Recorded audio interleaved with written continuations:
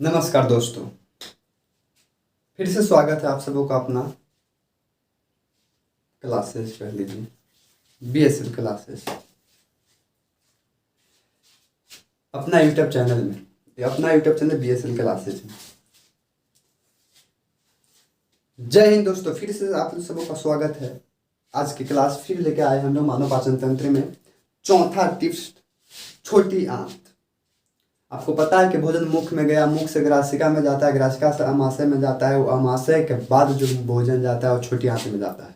चलिए कोई बात, ये अगर हम छोटी आंत के बारे में जानेंगे, वीडियो में बने रहिएगा, बहुत बढ़िया से समझ में आएगा।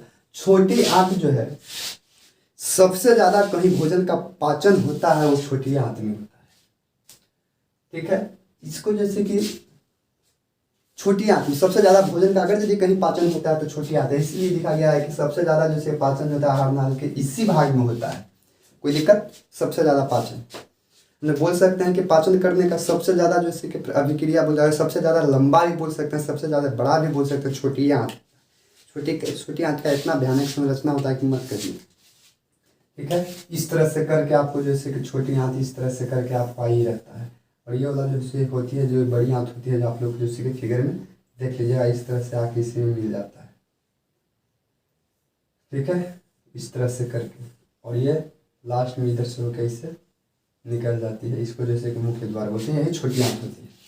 सबसे ज्यादा लंबा भी छोटी आंत होती है। भोजन की प्रक्रिया जो 32 फीट होती है अंदर की चीज। आइए, अब छोटी आंत भी होती है ना, ये भी जैसे कि 3 टाइप में, यानी कि छोटी आंत में भी भोजन जो जाती है वो 3 प्रकार होकर जाता है, यानी कि 3 तरह के यहाँ पे भी कार्य होता है छोटी आंत में भी। जैसे मुख्य में भी कार्य हो रहा था 3-4 प्रकार के, ठीक उसी प्रकार से ग्रास नलिका में अमाशय में भी कार्य हो रहा था। ठीक है, ठीक उसी प्रकार से छोटी आंत में।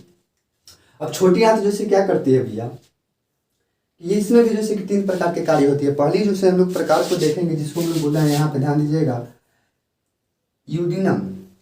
यूडिनम बोला गया, दूसरा को जैसे कि जिजुनम बोला गया, और तीसरा को जैसे कि बोला गया इलियम बोला गया। ये तीसरा है इलियम। यूडिनम, जिजुनम, इलियम है। यूडिनम, जिजुनम और इलियम, 3 प्रकार के कार्य यहाँ भी होता है। अब जब भोजन जैसे कि यूडिनम में आता है तो यहाँ पे भोजन जैसे कि 2 प्रकार में जाता है। एक होता है यकृत में, दूसरा होता है अग्नाशय में। नाम सुना सुना सा लग रहा हो आप लोगों को, यकृत अग्नाशय, लेकिन जानेंगे यकृत का कार्य क्या है। बड़ी डीपली से लोग समझ रहे हैं, एकदम संरचना भाई। जैसे जैसे भोजन जैसे कि जाता है वैसे वैसे हम लोग पढ़ते आ रहे हैं। छोटी आंत का काम है, सबसे ज़्यादा जैसे कि भोजन है इसी में होता है। इसका जैसे कि सबसे पहला भाग जो है, ध्यान दीजिएगा, यूडिनम है। उसके बाद जैसे कि जिजुनम होता है, उसके बाद जो यहाँ पे होता है उसको जैसे इलियम बोलते हैं। सबसे पहला भाग जैसे कि यूडिनम होता है। इसके 2 पार्ट होती है, एक होती है जैसे यकृत, दूसरा होता है अमाशय। अब मेनली हम लोग को फोकस इसी पे करना है, यूडिनम पर फोकस करना है, क्योंकि इसी में मेन 2 भाग हो रहा है, यकृत और अग्नाशय। अब भैया यकृत क्या होती है? तो यकृत जैसे कि हम लोग बोल सकते हैं कि सबसे बड़ ग्रंथि है। छोटी आंत नहीं, ऐसे तो सबसे बड़ छोटी आंत है, लेकिन छोटी आंत के अंदर जो है हम लोग बोल सकते हैं कि सबसे बड़ ग्रंथि जो है वो यकृत है। ठीक है, तो सबसे बड़ी हम लोग बोल सकते हैं यकृत होता है। आज यकृत में एक जैसे कि निर्माण होता है पित्तरस, जिसको जैसे कि पित्त लवण भी बोलते हैं। यकृत के अंदर ही जैसे कि निर्माण होता है पित्त रस या पित्त लवण बोलते हैं। इसकी कार्य क्या चाहिए? तो इसकी कार्य होता है, जो ध्यान दीजिएगा, वसा के, ध्यान दीजिएगा, यानी कि जो भी हम लोग भोजन लेते हैं उसको जैसे बड़े बड़े गोलक, यानी कि बड़े बड़े रूप के भोजन को, इसका काम होता है छोटे छोटे में तोड़ देना। जैसे ध्यान दीजिएगा, हम समझा रहे हैं यहाँ पे जैसे कि इस तरह से जैसे कि बड़े बड़े जैसे कि गोलक है, और इस गोलक को जैसे कि क्या काम है यहाँ, जैसे कि इसी में जैसे कि यकृत के ही हम लोग बोल सकते हैं, इसी का मेन कार्य है छोटे छोटे रूप में तोड़ देना। इस रूप में जैसे कि भोजन को छोटे छोटे रूप में जैसे कि तोड़ देना, यही मेन इसका कार्य है।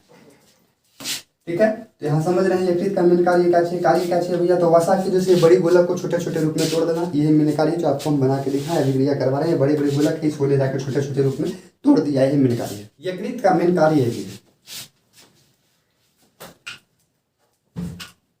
अब यकृत के बाद जो के बाद हम लोग देखेंगे जैसे कि अग्नाशय।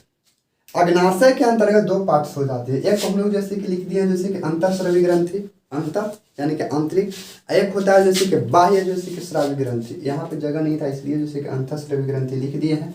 ये जैसे कि अंतर लिखा हुआ है यहाँ पे, अंतःस्रावी ग्रंथि ये अमाशय के अंतर्गत होता है। और जैसे कि बाह्य जैसे कि स्रावी ग्रंथि इधर लिख दिए हैं दूसरा। ये जैसे कि अग्नाशय जो है ना, अमाशय नहीं बोल रहे हैं, अमाशय का मतलब पेट हो रहा था, यहाँ पे अग्नाशय की बात कर रहे थे।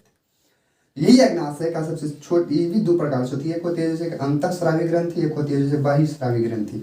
तो अंतःस्रावी ग्रंथि जो होती है, इसमें जैसे कि हार्मोन का निर्माण होता है, यानी कि हार्मोन मिलता है, और इस हार्मोन से हम लोग जैसे कि इंसुलिन मिलता है। तो आप लोग जैसे कि सुने हैं शुगर के रोग को, उसमें दिक्कत कैसे हो जाता है, यही हम लोग बोल सकते हैं। एक हार्मोन होता है, जिस हार्मोन का इंसुलिन को कमी से जैसे कि वहाँ पे रक्त में है ना, रक्त में जैसे कि शर्करा को, ठीक है, रक्त में शर्करा को नियंत्रण जैसे कि यही करता है। कौन करता है भैया? इंसुलिन करता है। शर्करा मतलब हम बोल सकते हैं मिठास वगैरह टाइप के कुछ भी चीज़ हो, ये जैसे यही नियंत्रण करता है। और इसके यदि कमी जब हो जाता है ना, तो आदमी को जैसे कि शुगर हो जाता है, शुगर रोग जिसको बोलते हैं, या जैसे ध्यान दीजिएगा मधुमेह रोग, या जैसे उसको एक और रोग का नाम उसी को बोलते हैं, जैसे मधुमेह के रोग का एक नाम बोलते हैं जिसको डायबिटीज बोलते हैं, डायबिटीज बोलते हैं। ये इसी के कमी से होता है। मेनली जैसे कि अंतःस्रावी में जैसे कि एक हार्मोन होता है, उस हार्मोन का नाम जैसे कि इंसुलिन होता है। तो भैया क्वेश्चन पूछता है कि इंसुलिन के कमी से कौन सा रोग होता है, तो सटक के मारिएगा कि इंसुलिन के कमी से, ऑप्शन दे दे रहेगा वहाँ पे, मधुमेह रोग दे दे रहेगा तो मधुमेह मारिएगा, डायबिटीज दे दे रहेगा डायबिटीज इसकी कमी से होती है। ठीक, इसके ऊपर से आप समझ गए। आपको बोलेगा कि मेन जैसे कि बड़े बड़े भोजन के गुल्लक को छोटे रूप में कौन तोड़ता है, तो आपको डायरेक्ट जवाब देना है ऊपर में जैसे कि यकृत। यकृत का यही मेन कार्य है। यकृत में कौन सा रस निर्माण होता है, तो पित्त रस निर्माण होता है, या पित्त लवण निर्माण होता है। एकदम डायरेक्ट एकदम सटीक जाइएगा दिमाग में, भैया किस तरह की दिक्कत नहीं होना चाहिए दोस्तों, समझ में आ रहा है ना।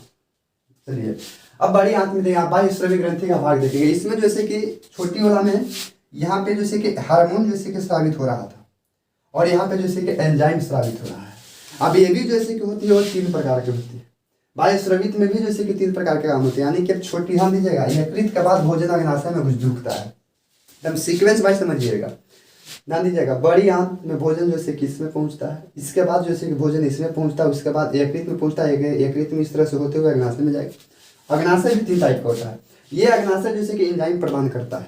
क्या प्रदान करेगा? एंजाइम, या एंजाइम प्रदान करेगा। और ये एंजाइम भी जैसे कि 3 पार्ट में जैसे जाएंगे। बहिःस्रावी ग्रंथि में भी 3 प्रकार के भाग बोलते हैं, जैसे कि ध्यान दीजिएगा, एमाइलेज, दूसरा का जैसे बोला गया है टिप्सिन, और तीसरा बोला गया है लाइपेज। लाइपेज के नाम सुना सा लग रहा होगा आप लोग को, तो लाइपेज, टिप्सिन, एमाइलेज। एमाइलेज का काम क्या होता है कि कार्बोहाइड्रेट को जैसे कि पचाने का कार्य करता है। कार्बोहाइड्रेट का तो क्वेश्चन पूछेगा कि कार्बोहाइड्रेट का पचाने का काम कौन करता है, तो ये ध्यान दीजिएगा, एमाइलेज करता है। एमाइलेज कहाँ पाया जाता है, तो बहिःस्रावी ग्रंथि में बोला है। बहिःस्रावी ग्रंथि कहाँ पाया जाता है, तो अमाशय में पाया जाता है। अमाशय कहाँ पाया जाता है, तो यकृत में पाया जाता है। किसी तरह की कोई दिक्कत नहीं, सॉरी यकृत में नहीं। अमाशय कहाँ पाया जाता है, तो आप डायरेक्ट बोलिएगा जैसे कि यूडिनियम में पाया जाता है। यूडिनियम कहाँ पाया जाता है, तो छोटी आंत में पाया जाता है। कुछ करेगा ना, लगा के लाइए तो नंबर हिला दीजिए, बबीता नहीं, समझ रहे हो ना। चलिए इसके बाद देखेंगे टिप्सिन का काम क्या है। तो टिप्सिन का काम जो है, ये जैसे कि प्रोटीन को पचाता है। प्रोटीन को कौन पचाता है, तो टिप्सिन। कार्बोहाइड्रेट को कौन पचाता है, तो ध्यान दीजिएगा, एमाइलेज। कार्बोहाइड्रेट को कौन पचाता है, तो एमाइलेज। टिप्सिन को, यानी कि प्रोटीन को कौन पचाता है, तो यहाँ पे प्रोटीन को कौन पचाता है, तो टिप्सिन। और लाइपेज का काम क्या है, लाइपेज का काम जैसे कि जो है, ये जैसे कि इमलीकृत जैसे कि वसा प्रदान करता है, वसा कर सकता है, ये काम करता है। ठीक है, तो वसा के काम नहीं करता। तो ये जैसे कि मेनली हम लोग बोल सकते हैं छोटी आंत के बाद। अब इतना हो जाने के बाद ध्यान दीजिएगा, इडियम में इतना हो जाने के बाद जो है, और भोजन जैसे कि जिज्नम में चला जाता है, जैसे कि इलियम में चला जाता है। जिज्नम में चला जाता है, इलियम में चला जाता है। ये दोनों का कोई खास काम नहीं है। ये दोनों जैसे कि उठा के भोजन को जैसे कि बड़ी आंत में फेल देता है, यानी कि बड़ी आंत में भेजता है। ठीक है, तो हम लोग छोटी आंत को भी देख लिया। अब इसमें देखेंगे जैसे कि बड़ी आंत की चर्चा। आइए दोस्तों, नेक्स्ट टॉपिक बड़ी आंत। छोटी आंत के बारे में हम लोग जान गए, अब जानेंगे लास्ट बड़ी आंत। ठीक है, अब बड़ी आंत के काम क्या चाहिए, तो भैया बड़ी आंत के कोई खास काम नहीं है। जो छोटी आंत में भोजन जो कर लेते हैं, जो भी मतलब जो भी बनना रहता है, प्रोटीन बने, वसा बने, कार्बोहाइड्रेट बने, जो भी बनना रहता है छोटी आंत में बन जाती है। उसके बाद जो बचा खचा पदार्थ होता है वो बड़ी आंत में ढुक जाता है। और बड़ी आंत का जैसे कि संरचना जो बोलेंगे, आज हम लोग इसको जैसे कि हम लोग जैसे कि रचना जो बोलेंगे, वो जैसे कि बालू जैसी होती है। बालू जैसी का मतलब समझ रहे हैं, जैसे कि रुई जैसी समझिए।